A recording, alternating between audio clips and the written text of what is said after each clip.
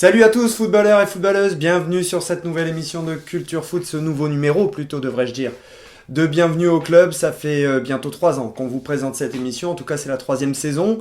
Malheureusement on a réussi à ne faire qu'un seul exemplaire cette saison puisque Culture Foot TV, on y reviendra en conclusion, a beaucoup de projets en tête pour le média et aussi pour ses autres activités. On y reviendra dans une vidéo bien à part. Et en tout cas, pour ce nouveau numéro, nous nous sommes rendus à Béthune et pas pour le foot en herbe. Pour la première fois, nous faisons une émission pour le futsal, une émission de futsal qui va être consacrée à la D1 nationale. Et oui, Culture Foot TV prend une autre dimension à travers ce reportage, puisque nous sommes allés à la rencontre des joueurs, des dirigeants, des supporters de Béthune Futsal. On ne soupçonne pas ce que le futsal est au milieu du monde du football en général. Et comme notre ligne éditoriale le veut à Culture Foot TV, eh bien, on fait la part belle à tous les footballs, absolument tous les footballs. On aimerait aussi faire la part belle au beach soccer, mais ça, on y reviendra dans une autre émission. En attendant, eh bien, nous avons fait une émission spéciale pour les 20 ans du club, puisque Béthune Futsal a été créé en 2002.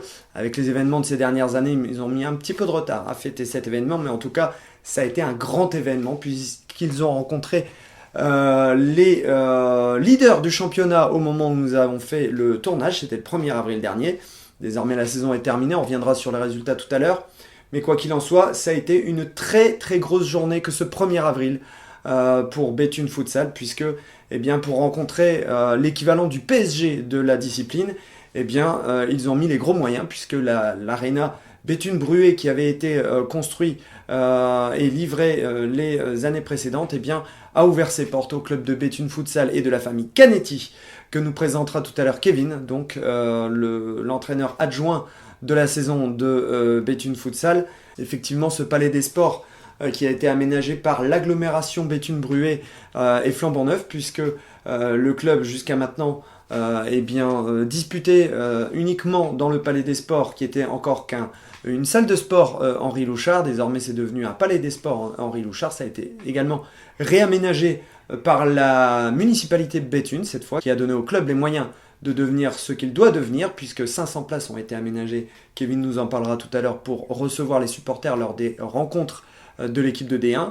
Quoi qu'il en soit, en tout cas, durant toute cette saison, Béthune Futsal a dû se débrouiller pour s'expatrier à l'extérieur de cette salle Henri Louchard, puisqu'ils ont dû déménager à la halle Pierre de Coubertin à Lens pour quelques rencontres de championnat les saisons précédentes. Depuis, le club redispose à nouveau de cette salle. On en verra quelques images tout à l'heure, notamment lors des entraînements des jeunes, puisque beaucoup d'équipes jeunes sont présentes. Kevin nous le dira tout à l'heure.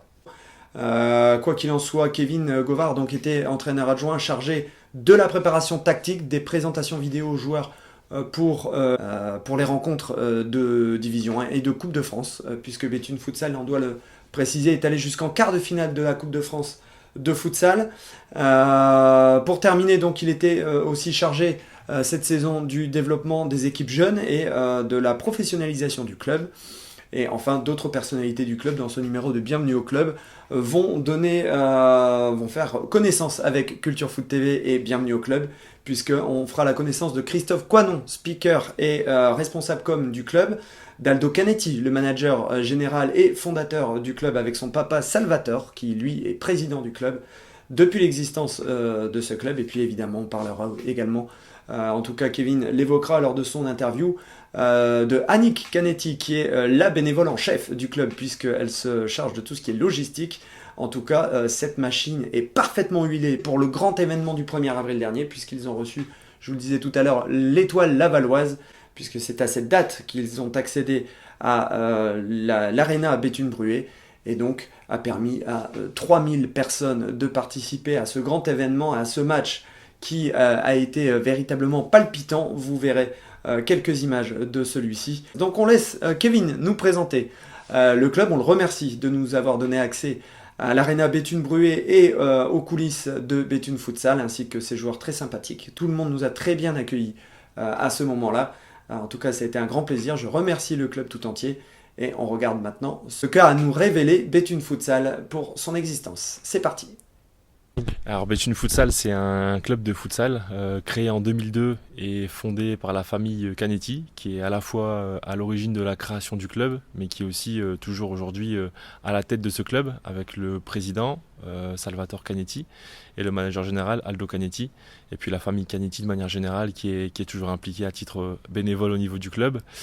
Ce club du coup a été fondé en 2002. À la base, une petite heure, un petit créneau pour une bande de copains prêts à taper dans le ballon en salle. S'est transformé en un club aujourd'hui qui compte près de 200 licenciés dans toutes les catégories. On va aller des U6 jusqu'aux vétérans, en passant par les U17, les U15, les U13, les U11, U8, U9, U6, U7, et puis les féminines, qui d'ailleurs aujourd'hui ont participé à la finale nationale de leur challenge futsal. Et puis une équipe première qui évolue en D1 depuis 13 ans, qui fait du coup partie des historiques de ce championnat avec le Sporting Paris. Et puis une équipe vétéran créée depuis aussi quelques saisons qui du coup rassemble des anciens joueurs, des amis. Et là on est davantage sur un objectif de bande de potes. Et puis voilà, le club de Béthune Futsal, c'est un club qui grandit, qui se développe. Les infrastructures ont été rénovées il y a quelques temps et l'ancienne salle Henri Louchard a fait place au Palais des Sports Henri Louchard qui peut accueillir 500 personnes et qui accueille 500 personnes quasiment à chaque match de l'équipe première en D1. Guichet fermé. Et puis aujourd'hui, à titre exceptionnel, une nouvelle salle à Verquin, propriété de la communauté d'agglomération Béthune-Bruère-Toilis-Romane, qui nous ouvre ses portes et nous permet de recevoir sur une affiche de ce championnat, puisqu'on reçoit le leader Laval, et du coup évolue aussi à guichet fermé, mais cette fois-ci devant 2300 personnes.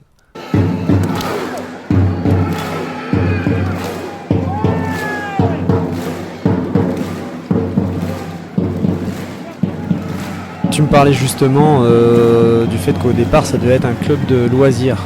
Qu'est-ce qui l'a rendu compétiteur ? Le futsal, il y a 20 ans, c'est pas le futsal d'aujourd'hui. Je dirais que le Béthune Futsal a été un des précurseurs de la discipline sur son territoire géographique, donc c'est vite affirmé déjà comme un club régional de premier plan. Et puis dans la volonté fédérale de la 3F de se structurer et d'avancer sur le futsal, Béthune a emprunté les bons wagons au bon moment et s'est retrouvé à évoluer dans ce qu'on appelle le premier championnat de France de futsal qui a été créé. Et puis de fil en aiguille, à se maintenir, à se stabiliser, à structurer aussi la base. On a joué la première année dans les Flandres. Du Sud, Roubaix, Comines. C'était pas facile. Et donc je dis, si on veut vraiment, au bout d'un an, continuer avec le futsal, il faut qu'on fasse, un championnat artois.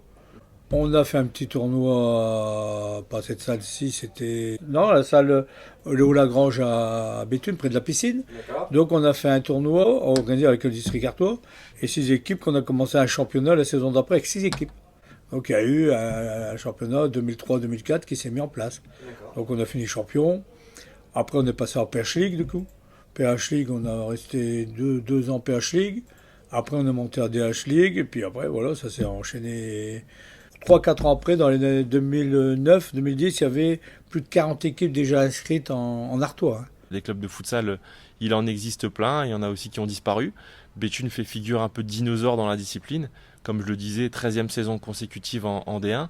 Mais voilà, c'est vraiment accrocher le bon wagon au bon moment qui a permis à Béthune Futsal de passer d'un créneau du jeudi soir à un club où tous les soirs il y a de l'entraînement chez les jeunes ou chez les plus grands. Ça fait 8-9 ans qu'on a des féminines. C'était en 2014-2015. Et là, il y a les 3 quarts des féminines qui sont là, qui étaient là au départ. Et surtout, j'insiste beaucoup pour les féminines. Bon, là, je pense que cette année, ils veulent mettre un championnat national. Je ne pense pas qu'ils vont entamer déjà un nouveau championnat national au mois de septembre. Ça va être reporté après. Autrement, on avait aussi possibilité d'être, en finissant 4e sur le plan national, d'être aussi, pouvoir s'engager. Ça fait, je dirais, plusieurs saisons qu'elle existe. Maintenant, l'ampleur qu'elle a pris cette section déjà l'année dernière, mais surtout cette année, il est top parce que voilà, on sait aussi que le football féminin, de manière générale, ça se développe, ça se structure. Et puis nous, c'est le futsal féminin qu'on développe et qu'on structure. Donc ouais, depuis cette saison, les filles championnes régionales. Et du coup, grâce à ce titre de champion régional, ont validé leur ticket pour la finale nationale. On a une vingtaine de licenciés. Et puis un groupe qui devient un vrai groupe de qualité avec des joueuses qui jouent au futsal, parce que jouer au foot et au futsal c'est pas tout à fait pareil, mais ce groupe-là joue au futsal et obtient des résultats, donc c'est remarquable. Alors justement, ce match contre Strasbourg aujourd'hui, est-ce qu'on a des infos ? Il me semble que le premier match a été perdu, qui était du coup la première demi-finale, et tout à l'heure le second match pour la 3e et 4e place était en cours. Donc j'ai pas d'infos à ce moment où on se parle, mais je pense que déjà voilà, être dans ce dernier carré, c'est déjà quelque chose de remarquable. Je pense qu'elles attendaient mieux aussi, on les espérait au moins passer la première étape. Malheureusement ça n'a pas été fait, on sait que sur un match tout est possible. Ça n'a pas tourné en leur faveur, mais en tout cas c'est aussi, je pense pour elles, une bonne expérience pour préparer l'avenir et bâtir des fondations encore plus solides les saisons prochaines. Déjà d'être là, c'était vraiment une récompense pour elles, avec vraiment une organisation de top niveau de la Fédé. Donc voilà, les deux matchs, on perd le premier contre Strasbourg 7-3, mais voilà, ils étaient meilleurs que nous, c'était compliqué. Et le deuxième, je pense qu'on aurait pu aller chercher la 3e place. Malheureusement, par manque d'efficacité, par manque de fraîcheur, parce que voilà, il y avait des jeunes en face de nous. Mais comme je leur ai dit, ils peuvent être fiers d'elles, parce que voilà, d'être déjà Béthune Futsal dans les 4 premières de France. Maintenant, on aurait aimé jouer la finale, mais c'est comme ça, c'est le sport. Et puis on va continuer comme je l'ai dit, à développer le projet, parce que ça me tient à cœur. Et je prends du plaisir avec elles, donc ça c'est le principal, et on va continuer à développer ce projet. Et puis il me semble qu'il y a des joueuses qui potentiellement ont peut-être tapé dans l'œil, puisqu'on entend parler d'une future sélection équipe de France futsal féminine. On espère pourquoi pas avoir une ou deux béthunoises l'année prochaine. Et au niveau des jeunes, donc on a dans l'animation, dans la formation, on a quasiment toutes les catégories, je dirais. Ouais, toutes les catégories. Alors après, toute proportion gardée, on peut dire aisément que 200 licenciés pour un club de futsal, nous on fait figure de plus gros club des Hauts-de-France, et c'est déjà bien. On aspire à plus, mais on sait aussi que dans le cadre du projet club, travailler correctement avec les jeunes, c'est pas forcément en avoir 500, c'est en avoir 200, mais faire les choses bien, que ce soit en termes de capacité d'accueil, que ce soit en termes de niveau d'encadrement. Et puis en ce sens, on travaille, je pense, assez bien, en tout cas pour avoir eu une reconnaissance fédérale récente, puisqu'on a obtenu il y a quelques temps le label futsal jeune or, niveau or, qui est du coup la plus haute distinction possible chez les jeunes, qui du coup nous permet et est un bel indicateur pour dire qu'à différents niveaux, on est bien structuré. Maintenant, c'est pas une fin en soi, et nous, ce qu'on veut, c'est continuer d'avancer en respectant bien sûr l'identité du club et les valeurs familiales qui sont les siennes. On a le label or, donc 2022-2025. Donc on est le seul club des Hauts-de-France à avoir un label. On a commencé vraiment, être performant en jeunes, il y a 4-5 ans. On aurait pu sortir 2-3 jeunes plus en R1 pour mettre en concurrence parce qu'il y a beaucoup de jeunes qui jouent en R1, ils ont 18 ans, 19 ans. C'est pour ça qu'on a bien débuté le championnat. Là, c'est difficile, mais c'est jeune. Donc ils jouent, ils progressent. S'ils ne jouent pas, ils ne vont pas progresser. Donc il faut qu'ils retravaillent encore 1 an avec des anciens pour pouvoir grimper une marche supplémentaire. Donc parmi les catégories qu'on vient de citer, quels sont les objectifs déjà pour la saison prochaine ? Toujours de proposer des séances chaque semaine et des plateaux et des matchs et des challenges, puisque le futsal c'est une discipline jeune. On a la chance aussi d'avoir dans la région des Hauts-de-France un conseiller technique spécifique futsal qui ne fait que ça, qui est quand même Jamel Haroun, le joueur le plus capé de l'équipe de France de futsal, qui développe et permet à la discipline de prendre un essor assez intéressant. Et du coup, nous, on a la chance d'avoir toutes les équipes dans toutes les catégories, de pouvoir les engager sur les challenges régionaux, départementaux, sur les plateaux. Et du coup, les objectifs sont de continuer de structurer le club, d'avancer, de faire les choses bien. Et puis, à terme, je dirais, mais ça, c'est dans un horizon assez lointain, c'est pourquoi pas un jour former les futurs joueurs de l'équipe première de demain. À l'heure actuelle, on a quelques-uns qui sont passés par l'équipe réserve. C'est déjà un gage de qualité, parce que notre équipe réserve évolue aussi au au plus haut échelon régional, la régionale 1. Mais du coup, on imagine pourquoi pas le parcours idéal d'un petit qui viendra chez nous en U6, U7 ou un peu plus tard et qui fera ses classes et qui un jour évoluera au sein de l'équipe première, ce serait le top. J'ai une petite idée d'ailleurs sur la question. Tu parlais de la régionale 1, ils jouaient aussi aujourd'hui. Ouais, ils ont perdu malheureusement 9-4 contre Dunkerque. D'accord. Un match face à un prétendant à la montée. Nous, notre équipe en régionale 1, on n'a pas d'objectif de monter dans un premier temps, puisque on ne peut pas monter à l'échelon supérieur qui est la division 2, donc qui est le national. On a déjà notre équipe première qui évolue en D1, donc c'est pas possible. Maintenant, c'est essentiel et fondamental dans le projet sportif du club que cette équipe réserve évolue en régionale 1, puisque ça a double objectif: permettre aux jeunes qui sont issus de la formation d'intégrer cette équipe et de se confronter à des équipes qui jouent, eux, une potentielle montée en division 2, donc des matchs d'un très bon niveau. Et puis aussi à nos joueurs de l'équipe première qui parfois ne sont pas retenus, reviennent de blessures, de suspensions, ne sont pas retenus pour choix sportifs, évoluent dans cette équipe réserve et puissent aussi évoluer dans un championnat qui leur permet de pratiquer à un bon niveau et de garder la forme et de garder le rythme et de aussi encadrer les plus jeunes pour que ce club continue de grandir. Et puis la place de l'équipe réserve, elle est pour moi au cœur du projet sportif du club, parce que sans ça, on ne pourrait pas forcément envoyer des joueurs de l'AD1 évoluer dans un championnat qui serait largement inférieur à leur niveau, et puis pas non plus permettre à nos jeunes de se confronter au top niveau, et du coup être potentiellement, cette équipe réserve, une passerelle pour les jeunes de la formation vers l'équipe D1. Parmi ces joueurs, il y a eu Yannick Ansar. Alors c'est un peu particulier parce qu'il était entraîneur jusqu'à l'automne dernier, si je dis pas de bêtises. Oui, d'octobre, ouais. Voilà, donc lui, il faisait partie des premiers joueurs, c'est ça ? C'est ça. Avec Aldo. Il est arrivé en 2004 au club. Ouais. 2004 en tant que joueur. Et là, il a joué en équipe de France, il était sélectionné en équipe de France. Ouais. Il a fait contre la Bulgarie, si j'ai bonne mémoire, il va jouer contre la Bulgarie. Et comme ancien joueur qui avait marqué le club il y a déjà une dizaine d'années maintenant, c'était Yacine Mohamed, gardien de but qui est passé par l'équipe de France. Ouais, il avait joué... Vous avez encore des nouvelles de lui ou pas ? C'est son frère qui joue à Laval. Hein. D'accord. Abdel, c'est son frère Yacine. Hein. D'accord. Et une anecdote, quand Yacine était venu un an, lui était blessé, son frère. Il s'est blessé, autrement il devait venir signer avec nous. Ouais, et Yacine, ça s'est fait, je veux dire, on l'avait connu, il était avec un groupe d'étudiants, tout ça, qui faisait des championnats. Je crois qu'il avait été le champion de France universitaire sur Paris. Et il a joué à l'équipe de France cette année-là. Ouais. On rappelle toujours parce que c'est même moi qui. Il devait être pris la première fois, il avait fait section, puis il n'a pas été pris. Ouais, c'est pas normal. J'ai dit Yacine. Ouais. J'ai pas mal de débats de présélection. J'ai dit, t'as le temps.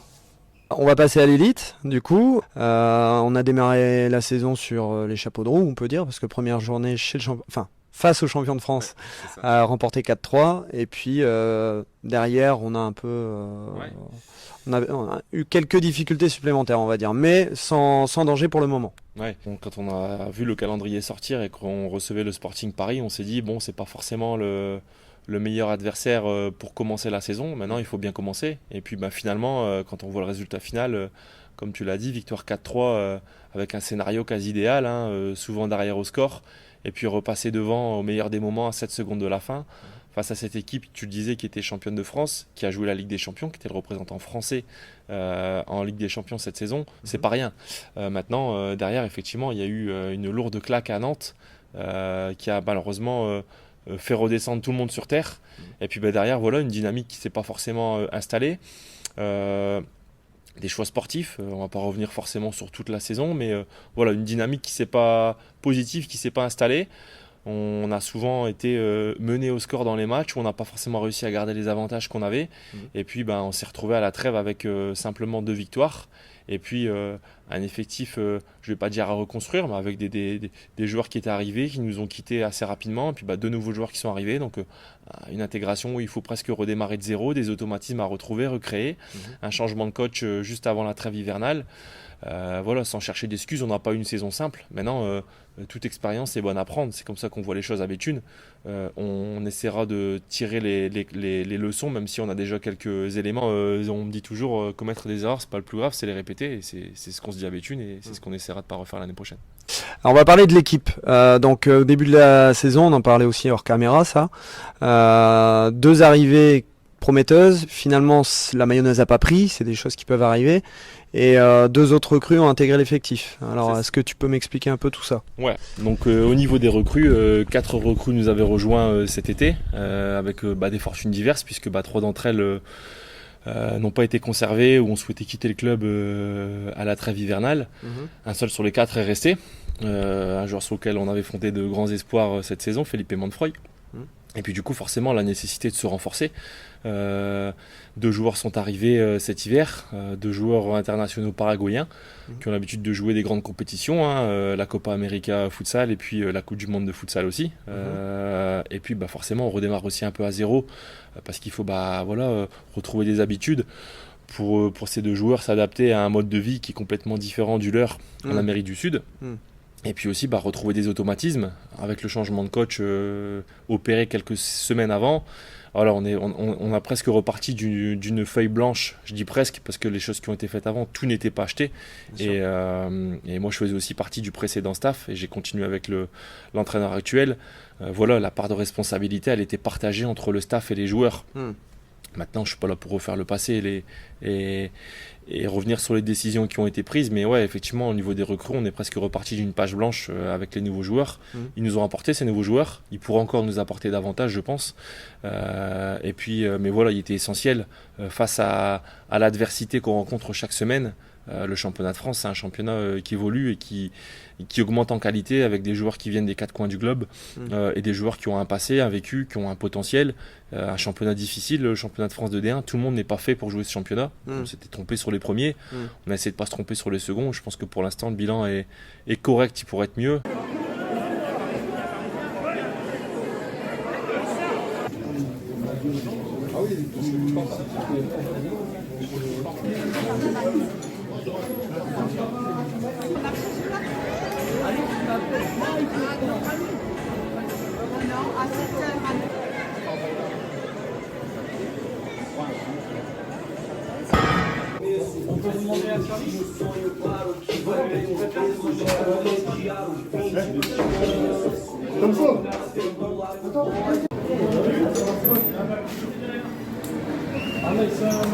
Dernier, voilà.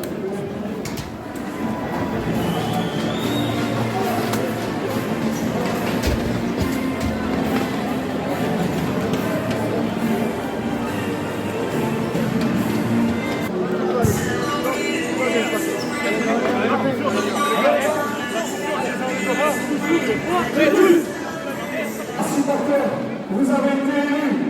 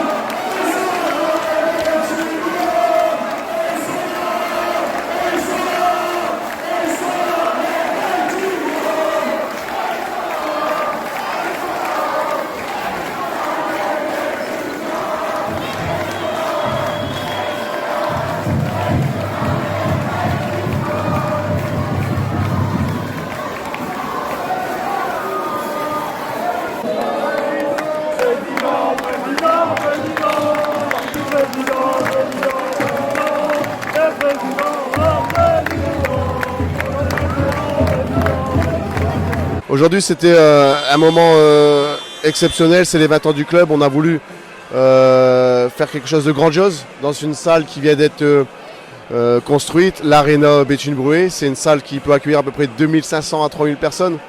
Et ce soir, on l'a fait dans une ambiance exceptionnelle. On a eu une salle ici pleine, archi pleine, avec un COP derrière moi qui a été à la hauteur de ce match, au rendez-vous. Les joueurs, ils ont travaillé avec la tête. Ils ont travaillé avec la tête et ils ont été chercher un résultat, le match nul contre le leader du championnat. C'est quelque chose de grandiose, on l'a vu à la fin. La joie avec les supporters, la police sur le but.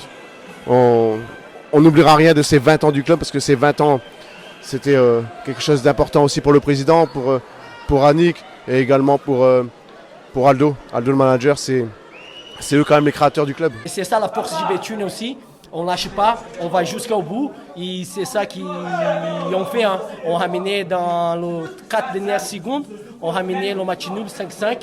Un point très important pour la fin de saison. Et le maintien, ouais, c'est ça. Avec la force aussi du supporter, avec la COP, avec la salle, toute la salle qui chantait, qui nous motivait. Ça donne envie, ça donne la force. Et c'est ça que je pense qui fait la différence au 6e jour, qui ont ramené ces points et ces matchs nuls. Je suis très fier de ma équipe. Ça fait 10 ans que je suis au club. Et ici, c'est vraiment ma famille. Et je pense que j'ai grandi ici. J'ai arrivé très jeune et après, le club me donnait beaucoup de choses. Ma famille, qui maintenant j'habite avec ma épouse ici, ça vient d'arriver, fait 15 jours qu'est arrivé mon enfant. Je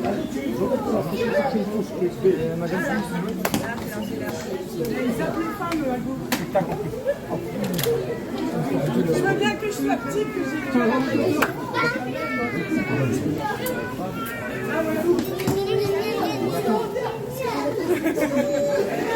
Voilà, je suis avec le manager Aldo Canetti. Aldo, quel match, quel retour. C'est toute la beauté de ce sport. On était devant en première mi-temps en faisant une grosse première mi-temps. Et puis on revient, Laval revient dans le match et nous met en difficulté en 1 minute en marquant 2 buts. Derrière on a un peu plus de mal et on subit et on prend le 4 et 5. Mais on n'a pas craqué et grâce on va dire à l'engouement du public, quand on a marqué le 4e, on a senti que voilà, il y avait vraiment une pulsion de ce public qui nous a poussé à aller chercher au moins un point. Et je pense que sur l'ensemble du match, même si on a souffert, même si on a couru après le ballon, mais par rapport à la débauche d'énergie qu'on a mis, c'est quand même normal. Qu'est-ce que tu en as pensé de jouer devant 2500 personnes ce soir? Bah écoute, c'est exceptionnel. Et pour les 20 ans du club, comme j'ai dit un peu à tout le monde, c'est quand même c'est de la récompense déjà pour ma famille, pour tous les gens qui croient au projet.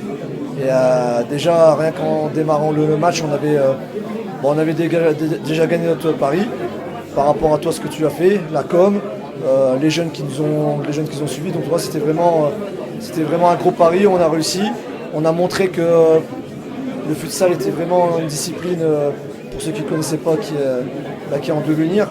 Et qu'un club comme nous, de Béthune, qu'on remplit cette salle à 2500 personnes, c'est exceptionnel. À Béthune, il y a un autre très bon club compétitif, c'est le Stade Béthunois. Est-ce qu'il y a une sorte de partenariat qui existe ou qui est envisagé à l'avenir? Qu'est-ce que tu peux me dire là-dessus? Il y a un changement depuis cette saison, Ouais. puisque c'est le frère d'Aldo, le fils aîné de Salvatore, Ouais. donc Carmelo Canetti, Ouais. qui est devenu l'entraîneur de l'équipe première du Stade Béthunois. Ouais. C'était pas le cas les saisons précédentes, il n'était pas à Béthune. Alors moi, Carmelo, je dois un profond respect puisque c'est lui qui m'a amené au Béthune Futsal. Ça a été mon entraîneur quand il évoluait, lui, à l'époque en CFA Armentières. D'accord. C'était mon entraîneur chez les jeunes. Et aujourd'hui, le fait qu'il se retrouve au Stade Béthunois Foot, on collabore avec les jeunes. On les reçoit, on va chez eux, ils nous reçoivent. Sur les stages futsal qu'on a organisés aux vacances de la Toussaint, on a eu le plaisir de pouvoir faire des échanges. On s'est retrouvés à faire des sorties extra foot et futsal ensemble. On s'est retrouvés à les accueillir sur nos infrastructures pour leur faire découvrir le futsal. Maintenant, avec les SIFO, c'est qu'on est en train de faire, depuis 5-6 mois, un partenariat avec le Stade Béthunois. Il est en place, ça y est, c'est fait. Parce que C'est- votre fils. donc c'est fait, ça on se met tout doucement en place. Parce que, après, les éducateurs, il faut voir aussi, avec même le président, qui avait une volonté aussi, ça, mais j'avais dit, moi je veux bien le faire, mais il faut 2 hommes forts. Ouais. Vous mettez un homme fort, moi un homme fort. Puis ils mettent en place un projet, c'est tout. Le but c'est de trouver un accord pour que le jeune puisse progresser. Le futsal, il sert plus actuellement aux jeunes. Il sert plus à l'herbe qu'au futsal. Quand ils jouent l'herbe, je parle. Hein. Parce qu'il y a beaucoup qui font de l'herbe. Donc ça permet d'avoir, si on travaille intelligemment, si on fait un entraînement en futsal, peut-être deux en herbe. Mais là, le question, c'est, comment dire, le point abordé qui est très difficile, c'est quand ils arrivent en 6e.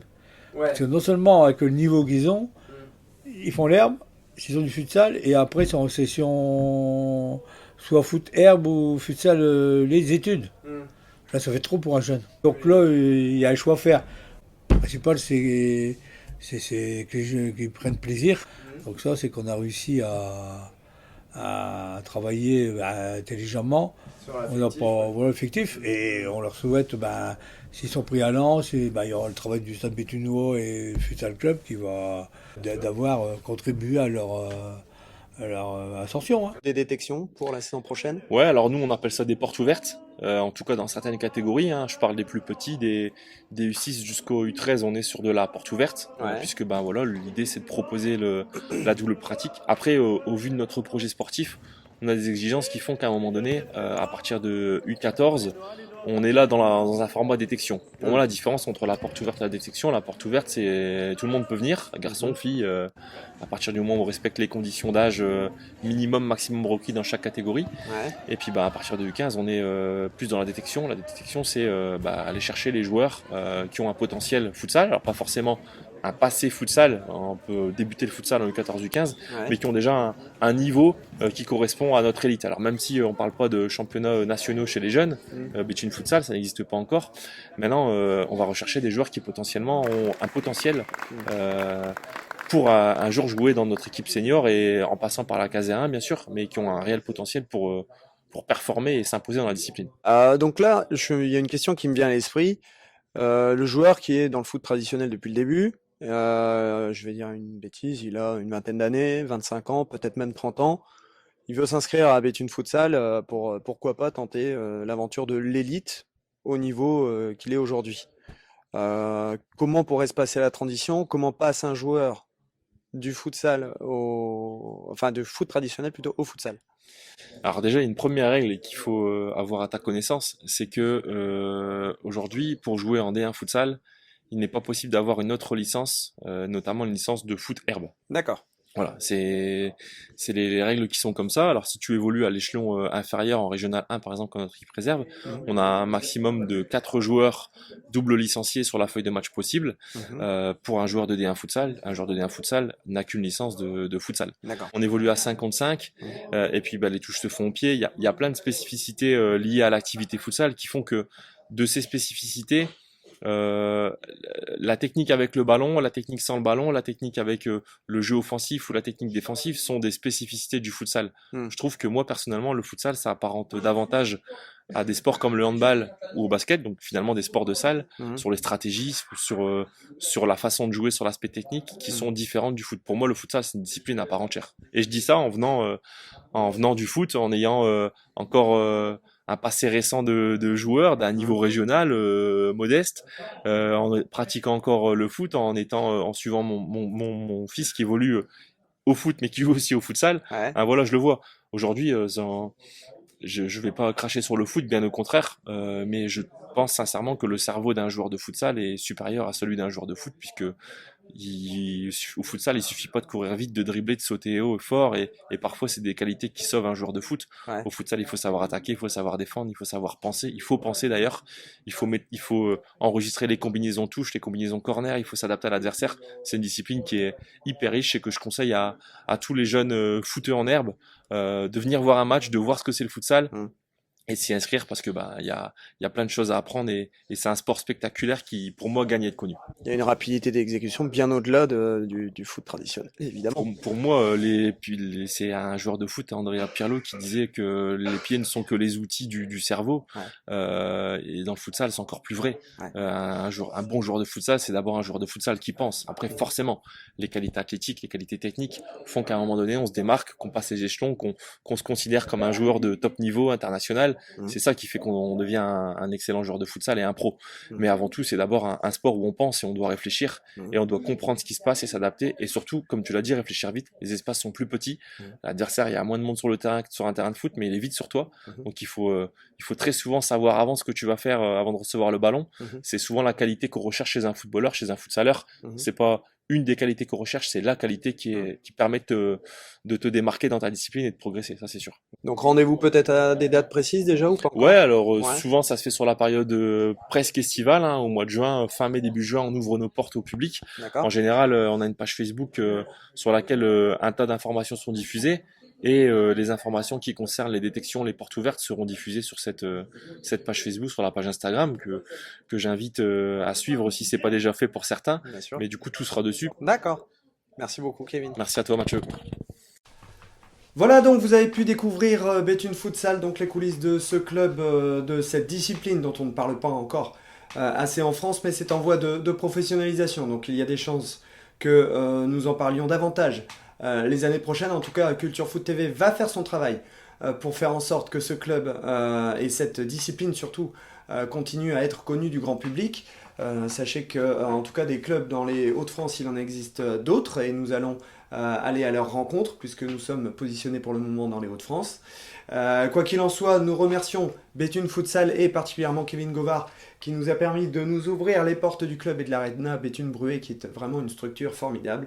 La salle Henri Louchard est vraiment pas mal non plus. En tout cas, le club de Béthune Futsal est parfaitement structuré pour devenir un club pérenne de la division 1 nationale et un véritable représentant de cette discipline à travers celle-ci. Nous le remercions donc. Et petite anecdote, Kevin Govard vient de terminer son contrat à Béthune Futsal. Malheureusement, il quittera le club pour rejoindre le club de l'US Pays de Cassel que nous avons rencontré en début d'année 2023 pour aller voir leurs exploits en Coupe de France et leur merveilleuse rencontre face au Paris Saint-Germain. Un véritable rêve d'enfant avait été réalisé pour ces joueurs. Si vous ne l'avez pas vu, ce numéro d'épopée, n'hésitez pas à aller voir sur notre chaîne pour le découvrir. Il y a de très très belles images à voir. Pour la petite histoire, en fait, ce qui se passe, c'est que Kevin Govard est l'un des meilleurs amis de Samuel Gotals, qu'il rejoint donc en National 3, puisque l'US Pays de Cassel vient de remporter le championnat de Régional 1 dans sa poule. Donc un nouveau palier a été atteint pour ce club et donc pour Kevin Govard, qui va continuer le travail pour tenter de faire la plus belle saison possible en National 3. C'est tout ce qu'on leur souhaite, en tout cas, une franche réussite. Et un petit bonjour à Sam Gotals au passage.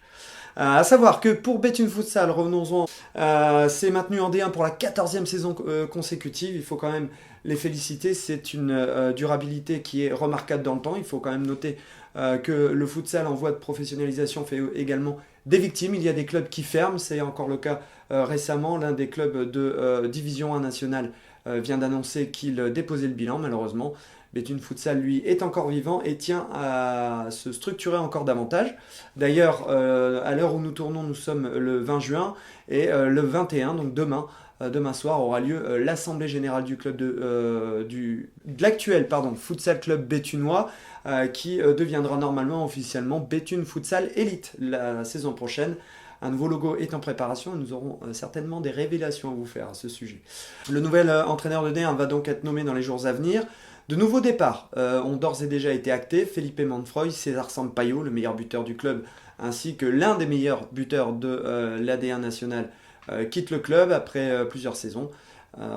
Casmi, Menendez, Martinez et Bella ont été également annoncés partants. De nouveaux joueurs vont intégrer l'équipe, notamment une forte intégration de jeunes et de joueurs de Régional 1 vont donc renflouer les effectifs de la D1 nationale de Béthune Futsal. D'autres joueurs expérimentés devraient pouvoir intégrer l'équipe, on le saura également dans les semaines à venir. La reprise des entraînements aura lieu dans le courant du mois d'août, voire à la fin du mois de juillet. C'est encore une date à déterminer pour le club de Béthune Futsal. Et puis pour les dernières détections, il en reste une le 21 juin, donc ne tardez pas. N'hésitez pas donc à contacter le club pour toutes les informations, quoi qu'il arrive. Vous avez les coordonnées dans nos commentaires, ainsi que sur leur page sur les différents réseaux sociaux, Facebook, Instagram notamment. Et ensuite, sachez que le rapport d'Assemblée Générale du 21 juin va être publié sur la page officielle du club. Voilà donc ce que nous pouvions vous dire sur Béthune Futsal et son évolution depuis 20 ans. Encore une fois, c'était l'anniversaire, donc un très très bel anniversaire. Vous l'avez vu, un anniversaire palpitant face à l'Étoile lavalloise. Moi-même, j'en ai eu des frissons lorsque je suis allé sur les lieux du tournage. Un beau tournoi, vous en avez vu quelques images lorsque nous évoquions les détections tout à l'heure, avait été organisé et beaucoup de jeunes ont fait la découverte du futsal et pourront s'y investir encore davantage avec l'aide notamment de la Ligue et de la Fédération. Voilà, nous vous remercions de nous avoir suivis pour cette émission de Bienvenue au club sur Béthune Futsal, un spécial pour cet anniversaire des 20 ans. C'est pour ça que le format est un petit peu plus long. Merci encore de nous avoir suivis. Je vous dis à très bientôt pour un nouveau numéro de Bienvenue au club. Nous serons présents pour la saison 2023-2024 avec plein de choses encore à découvrir et plein de choses à vivre, des choses palpitantes comme cette saison qui a été très belle pour Culture Foot TV, même si elle a été ponctuée que de très peu d'épisodes. On va faire en sorte de diversifier et de pérenniser un petit peu plus nos contenus. En tout cas, on travaille d'arrache-pied pour y arriver. Merci encore de nous avoir suivis. À très bientôt sur Culture Foot TV. Salut!